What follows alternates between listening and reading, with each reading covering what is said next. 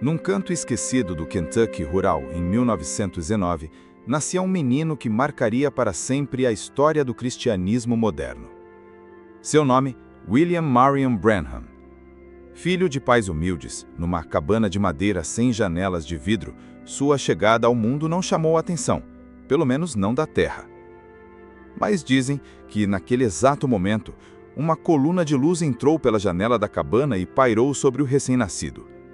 A parteira ficou paralisada, o pai ficou em silêncio, e a mãe apenas segurou o menino, sem saber que carregava nos braços um profeta. Desde cedo, Branham foi marcado por experiências espirituais. Aos 7 anos, enquanto carregava baldes de água do poço, uma voz do vento sussurrou entre as árvores: "Nunca beba, nem fume. Haverá uma obra para ti quando fores mais velho." Ele correu, com medo. Contou ao pai, mas ninguém acreditou. Ainda jovem, teve uma visão de 7 anjos voando em formação, algo que só entenderia décadas mais tarde. Cresceu pobre, muitas vezes passando fome. Trabalhava duro, vendia carvão, lavava carros, fazia qualquer serviço para ajudar sua família. Mas aquela voz nunca o abandonava. Na adolescência, tentou ignorar o chamado, mas toda vez que entrava em um bar ou tentava se desviar, sentia uma angústia sobrenatural. Chegou a ficar gravemente doente, quase morrer. E foi ali, num leito de hospital, que ele fez sua entrega a Cristo. "Senhor", disse ele, "se tu me deixares viver, eu pregarei o teu evangelho até meu último suspiro." A partir dali, tudo mudou. Começou a pregar nas ruas, com uma Bíblia surrada e lágrimas nos olhos. Não era eloquente, não era estudado, mas falava com fogo, e quando orava, algo acontecia. Pessoas choravam, outros se arrepiavam, e alguns eram curados. Em 1933, algo ainda mais sobrenatural aconteceu. Enquanto batizava novos convertidos no rio Ohio, diante de centenas de testemunhas, uma luz desceu dos céus e pairou sobre ele. Uma voz audível ecoou: "Assim como João Batista foi enviado para preparar a primeira vinda de Cristo, tua mensagem preparará a segunda." Muitos caíram de joelhos naquele momento, outros correram apavorados. A notícia correu os jornais locais. Ele mesmo ficou sem palavras por dias. Como um simples pregador pobre poderia carregar tamanha responsabilidade? Mas o céu já havia decidido. William Branham não era apenas um pregador rural. Ele era um vaso separado para uma obra que romperia os limites da lógica, da religião e do tempo. E assim, começava a jornada de um homem que veria o invisível, que ouviria o inaudível, que seria a voz profética em meio à incredulidade de uma geração fria. O ano era 1946. O mundo ainda chorava as feridas da Segunda Guerra Mundial. Na América, o medo, a incerteza e o desespero pairavam como uma névoa. Mas nos céus, Deus estava movendo algo. Em jejum e oração, no momento de profundo quebrantamento, Branham clamava por respostas. Os dons já se manifestavam, mas ele não compreendia tudo o que acontecia ao seu redor. "Senhor, por que vejo essas visões? Por que ouço coisas que outros não ouvem? Estou ficando louco?" Então veio a noite que mudaria tudo. Branham estava sozinho, em casa, deitado na cama, quando de repente uma luz entrou no quarto. Ele pensou que alguém tivesse acendido o teto, mas não era uma luz comum. Era viva, ardente, e ao lado dela, um ser celestial entrou, um anjo do Senhor. Ele descreve o anjo como tendo aparência de homem, mas com uma presença que quebrava qualquer orgulho. O anjo falou com doçura, mas com autoridade. "Não temas, eu sou o enviado da presença de Deus. Tu foste escolhido para levar uma mensagem de cura ao mundo. Assim como Moisés recebeu 2 sinais, tu também receberás 2 sinais que provarão tua comissão." A primeira parte da comissão era clara. Poderás discernir doenças apenas segurando a mão da pessoa. Elas aparecerão visivelmente em tua própria mão e tu saberás o mal que as aflige. A segunda: te será revelado os segredos dos corações. Tu conhecerás nomes, lugares, pensamentos ocultos, não para a glória tua, mas para que o povo saiba que Deus ainda está entre os homens. Branham, tremendo, caiu em pranto. Por um momento, tudo o que vivera, as vozes, as visões, a luz sobre o rio, fez sentido. A partir daquele dia, algo mudou em sua vida pública. Quando ele orava pelas pessoas, doenças invisíveis se tornavam visíveis em sua mão. Em uma época em que não existia Facebook ou Instagram, ele chamava pessoas da multidão, revelava seus nomes, endereços, traumas de infância, e a multidão se dobrava. Muitos caíam em pranto antes mesmo de serem tocados. Em uma campanha, uma mulher subiu ao púlpito. Branham olhou para ela e disse: "Você veio por sua filha. Ela está em casa com leucemia. O médico lhe deu 3 dias de vida. Mas o Senhor diz: ela viverá e não morrerá. Vá em paz." Dias depois, o milagre foi confirmado. Em outra ocasião, ele parou no meio de uma fila de oração, olhou para um homem e disse: "Você é ateu." Mas ontem à noite ajoelhou-se no quarto de hotel e disse: "Se esse homem for real, deixa ele me revelar quem eu sou. Teu nome é Charles, e tu és de Chicago. Hoje Deus salva a tua alma." O homem caiu de joelhos e gritou: "Eu creio, eu creio." Dizem que em certas noites uma neblina pairava sobre o púlpito e que às vezes era possível ouvir línguas angelicais sendo sussurradas no ar. Ninguém ousava brincar com aquilo. Branham não fazia apelos emotivos, não manipulava, ele apenas esperava, e quando o anjo se movia, ele falava. Sua fama se espalhou, igrejas ficaram pequenas, ginásios lotavam, jornais começaram a publicar manchetes sobre milagres, até cientistas começaram a frequentar seus cultos para tentar entender o que estava acontecendo. Mas para Branham, nada disso importava. Ele dizia: "Eu não sou nada. Eu sou apenas uma voz. A luz é dele, a unção é dele. Eu apenas obedeço." Era o início de um ministério que quebraria as barreiras do natural e apontaria para o sobrenatural. William Branham não buscava multidões. Ele buscava obedecer àquela voz, a mesma que o visitou em 1946 e mudou tudo. A notícia se espalhava como fogo em campo seco. Um homem está orando e os doentes estão sendo curados.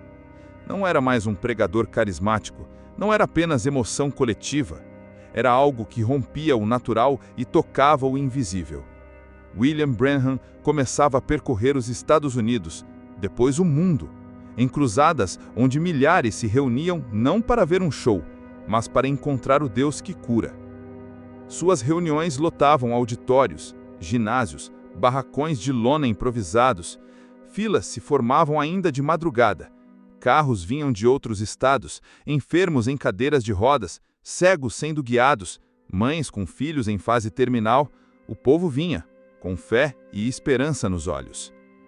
Quando Branham subia ao púlpito, não havia música elaborada, nem palcos elaborados, apenas um homem simples, com a Bíblia aberta e os olhos fixos no céu. Ele começava a pregar, e aos poucos, o ambiente mudava. Uma unção palpável enchia o lugar. E então ele dizia: "O anjo do Senhor está aqui." E começava a chamar pessoas da multidão. "A senhora, de vestido azul, na 4ª fileira, você não está aqui por você. Seu marido está com câncer nos ossos. Deus vai tocá-lo agora. Você, jovem, tentaste suicídio há 3 dias, mas Deus tem um plano contigo. Ele muda teu destino hoje." E acontecia. Num desses cultos, uma mulher com câncer terminal foi trazida numa maca. Branham orou por ela e, minutos depois, ela levantou sozinha, andou até o púlpito e começou a louvar a Deus. Outro caso documentado. Um menino cego de nascença, com os olhos sem córneas, foi levado pelos pais. Branham orou e, diante de todos, os olhos da criança brilharam e ele começou a enxergar. Médicos estavam presentes, jornais registraram, pessoas diziam: "Nunca vimos algo assim desde os dias de Jesus." Esses relatos não vinham só de igrejas, até repórteres céticos confessavam que não conseguiam explicar o que viam. Em uma das cruzadas, o famoso fotógrafo James Ayers capturou a já lendária foto com a luz sobre a cabeça de Branham, validada depois por técnicos. Não havia explicação. Dizem que em algumas reuniões, quando ele entrava no local, crianças começavam a chorar sem entender porquê, e adultos caíam de joelhos apenas pela presença manifesta de Deus que o acompanhava. Branham não aceitava ofertas exorbitantes, não exigia hotéis luxuosos e, frequentemente, era visto orando nos bastidores até tarde da noite, chorando pelas multidões. Enquanto muitos se alegravam, outros se incomodavam. Alguns líderes religiosos começaram a desconfiar. Acusavam-no de fanatismo, de manipulação emocional. Teólogos tentavam descredenciar os milagres com explicações técnicas. Mas as pessoas simples, os quebrados, os doentes, eles sabiam. Sabiam que aquilo não vinha da terra. Milhares se convertiam. Igrejas locais se enchiam. O fogo se espalhava. E por onde Branham passava, a fé no sobrenatural era reacendida. Ele não era apenas um homem em campanha. Era uma tocha carregando o mesmo fogo que queimava nos profetas antigos. Mas Branham sempre lembrava: não olhem para mim. Eu sou apenas o microfone. A voz é dele. E mesmo diante de fama crescente, ele se mantinha humilde, reservado, escondido em Deus. Porque no fim das contas, Branham não pregava a cura. Ele pregava Cristo. E Cristo curava. Os Estados Unidos já estavam em chamas, mas o fogo não podia ser contido. A notícia dos milagres atravessou oceanos, montanhas, barreiras religiosas e culturais. O mundo estava ouvindo falar de um homem que orava e o impossível acontecia. Em 1950, William Branham começou a cruzar continentes. Canadá, México, África do Sul, Índia, Finlândia, Suécia, Alemanha. Por onde ele passava, as multidões se formavam, e os céus desciam. Na África do Sul, mais de 50.000 pessoas se reuniram ao ar livre. Era gente vinda das tribos, dos campos, das favelas e das cidades. Muitos nunca tinham visto um americano, mas vinham pela fama dos milagres. Um homem, surdo e mudo desde o nascimento, foi trazido por missionários. Branham apenas tocou sua orelha e sussurrou: no nome de Jesus. E diante de todos, o homem repetiu a frase com lágrimas nos olhos. Gritos tomaram a multidão. Líderes tribais se ajoelharam no chão. Na Finlândia, ele orou por um menino atropelado, declarado morto por médicos. Horas depois, o garoto ressuscitou, respirando novamente. Branham revelou que havia tido uma visão daquele acidente 2 semanas antes nos Estados Unidos e que Deus já havia mostrado que o menino viveria. Os jornais finlandeses chamaram aquilo de um milagre bíblico nos tempos modernos. Na Índia, ele enfrentou um desafio ainda maior. Um sacerdote hindu trouxe um homem cego diante da multidão e disse: se seu Deus é real, faça esse homem ver. Branham orou com autoridade: Senhor, para que saibam que Tu és o mesmo ontem, hoje e eternamente, abra os olhos deste homem. O homem gritou, abriu os olhos, viu. Milhares de hindus se converteram naquele dia. O sacerdote caiu com o rosto em terra. Mas William Branham nunca buscava glória. Ele dizia: é o anjo do Senhor, eu apenas obedeço. Eu não sei o que vai acontecer, mas quando ele vem, eu apenas falo. Seus cultos inspiraram uma geração de evangelistas.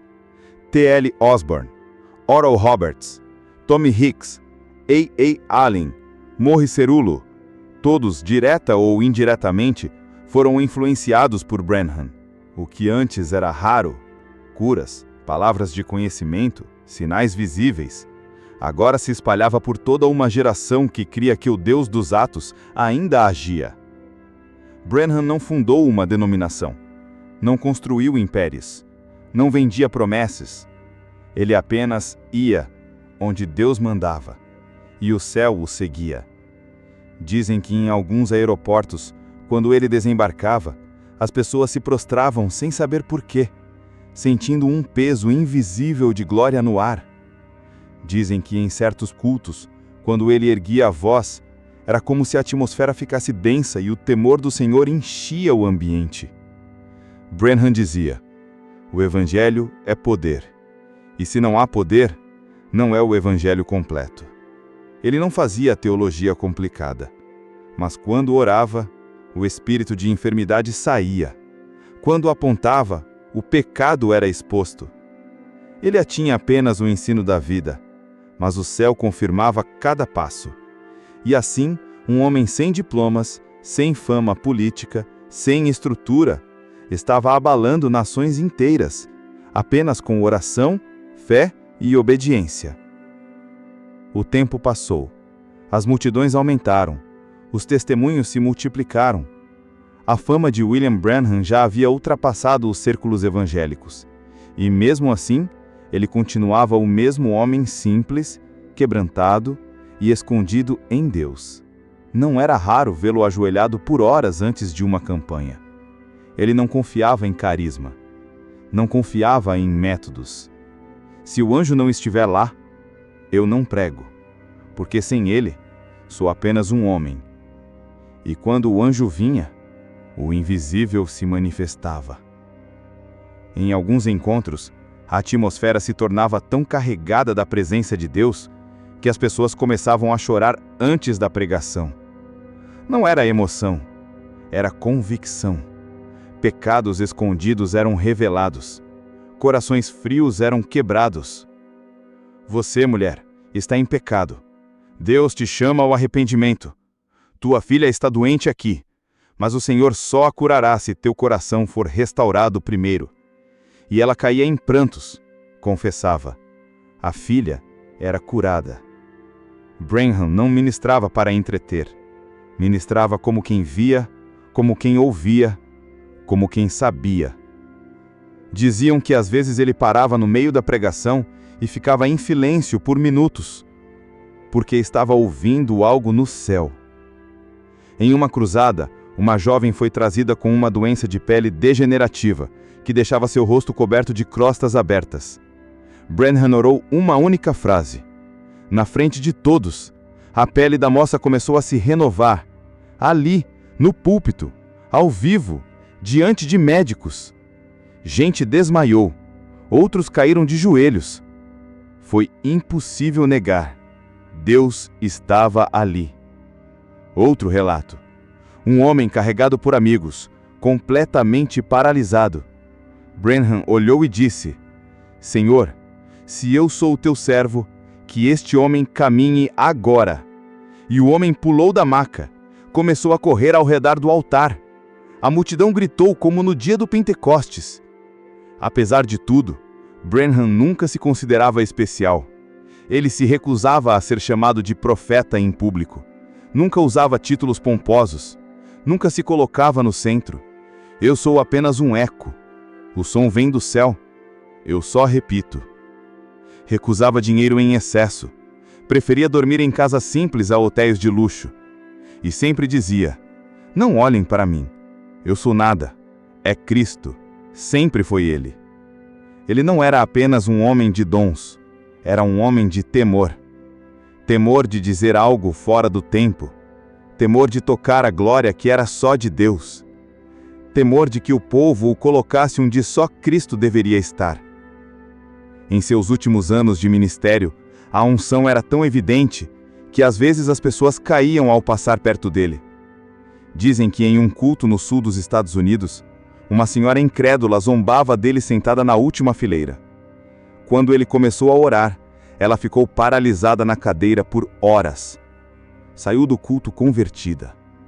Dizem que ele tinha visões tão vívidas que às vezes entrava em transe durante a pregação.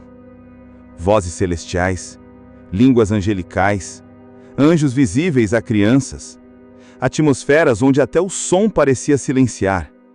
Mas mesmo em meio a tudo isso, Branham mantinha os pés no chão, o coração quebrado e o olhar no céu. William Branham estava vivendo dias onde o céu e a terra se tocavam na sua caminhada. Mas ele sabia. Algo se aproximava. O peso da glória estava aumentando. A responsabilidade era maior. E em seu espírito, ele já sentia. A jornada estava entrando em sua fase final. O Senhor não me chamou para ser famoso. Me chamou para ser fiel. Com o passar dos anos, o nome William Branham já era conhecido no mundo inteiro. Curas, sinais, palavras de conhecimento, uma multidão de seguidores. Mas o homem por trás do ministério, já não caminhava como antes. O peso da glória se tornou um fardo. Ele começou a pregar menos sobre milagres e mais sobre santidade, idolatria e a volta de Jesus. Em seus sermões, o tom mudou. Havia urgência, havia lamento, havia um clamor escondido entre as linhas.